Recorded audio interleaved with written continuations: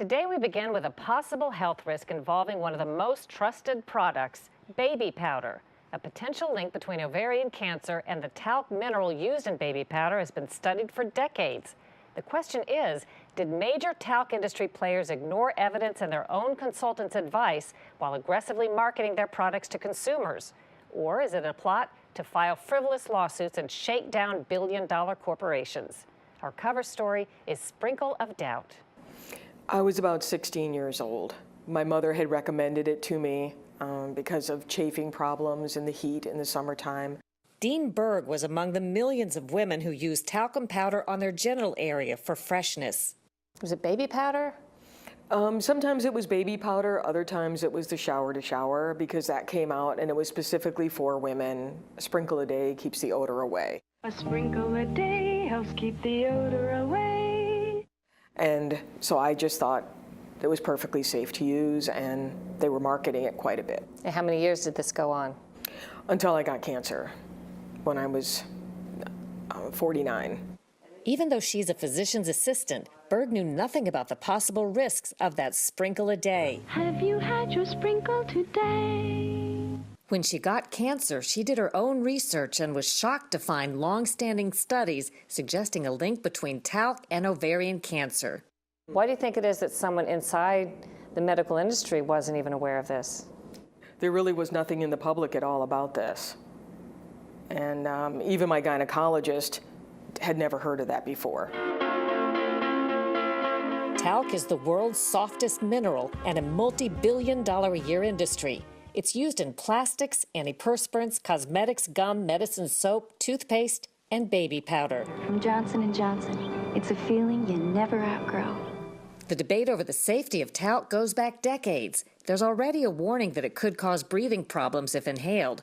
Dr. Daniel Kramer says there may be other risks. A professor of obstetrics and gynecology at Harvard Medical School, he was first to find a statistical link between talc and ovarian cancer in a 1982 study. It has taken 25 years of additional literature, I believe, to make the case. But I believe we were on target in that study, and that the subsequent studies have supported there is an elevated risk. We reported that the risk might be as high as twofold increase in risk if they had more than, say, 20 years of talc use. Dr. Kramer testified as a paid expert in the trial of Dean Berg, who became the first ovarian cancer victim to sue America's #1 baby powder maker, Johnson & Johnson. Talc can get into women's reproductive tract, testified Dr. Kramer, and trigger the cancer process, especially in long-term users like Berg, who says she sprinkled on powder every day for more than 30 years. Talc is a potent inflammatory agent, and if it's able to reach the pelvic cavity, I think it is capable of inducing an inflammatory response. They took my pathology report and my slides with my tissue and did further research on it. And it came back definitely showing talcum in my ovaries. This was a shot that was taken on Mother's Day of 2007 when I had absolutely no hair. Berg says Johnson & Johnson offered her $500,000 to avoid trial. I didn't like the attitude of the people that were there from Johnson & Johnson. It was almost like a brush off. And the more I thought about it, I said, well, I didn't go into this just to make $1 million. I said, I want to get the warning out there. Aren't you going to do anything about that? And so they went up to $1.3 million. And I finally said, I'll see you in court in September, and walked out of the room. Berg won her trial in 2013, but without explanation, the jury didn't require Johnson & Johnson to pay her a penny. They were proven guilty of negligence for failing to warn me about it.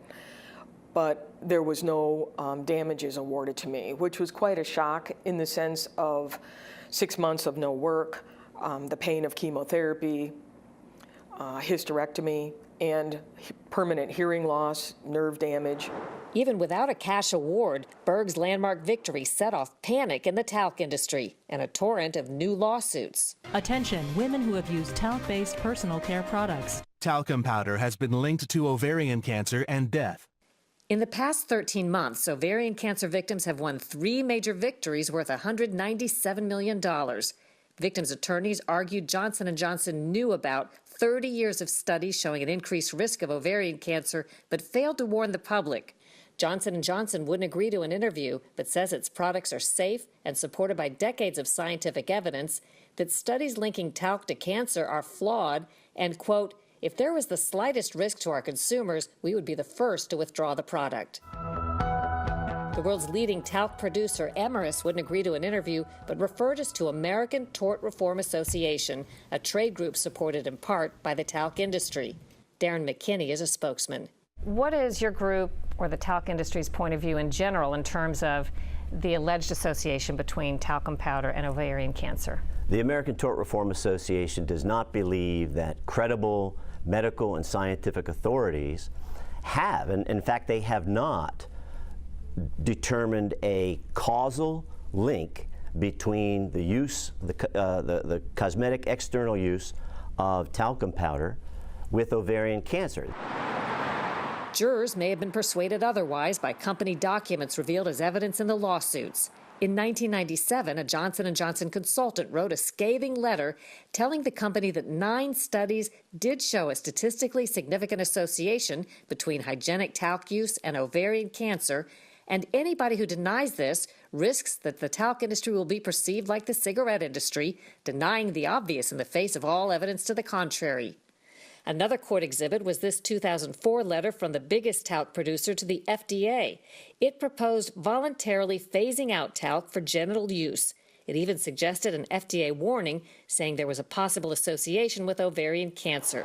McKinney points out the FDA never required a warning. The FDA, as recently within the last couple of years, has made it very clear that the science, as the FDA sees it, simply does not merit such a warning at this time.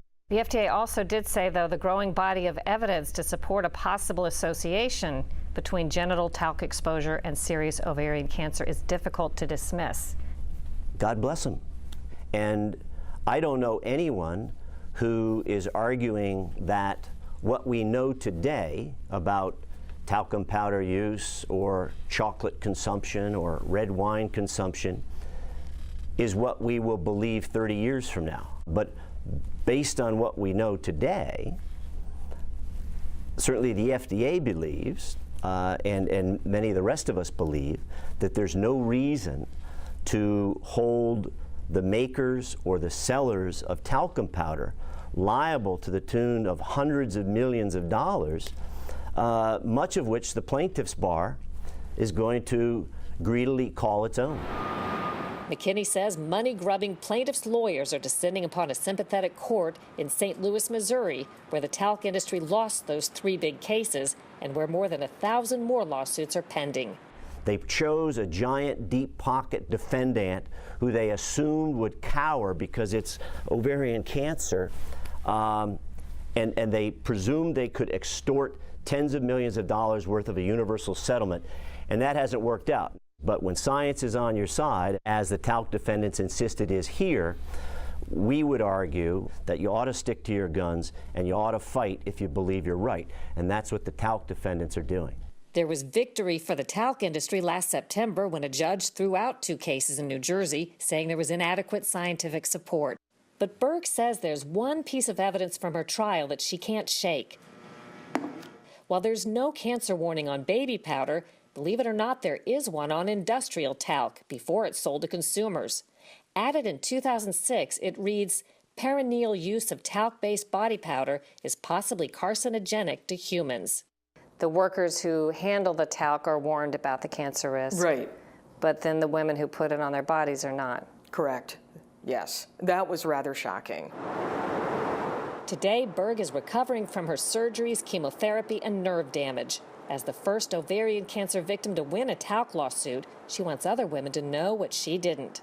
If people want to continue to use it, that's their right. But at least have a warning label stating to women there is this risk, so it's up to you to make the final decision. Johnson & Johnson is appealing the 3 giant verdicts in St. Louis. Valiant Pharmaceuticals, which acquired Shower to Shower in 2012, told us it cannot comment on active litigation.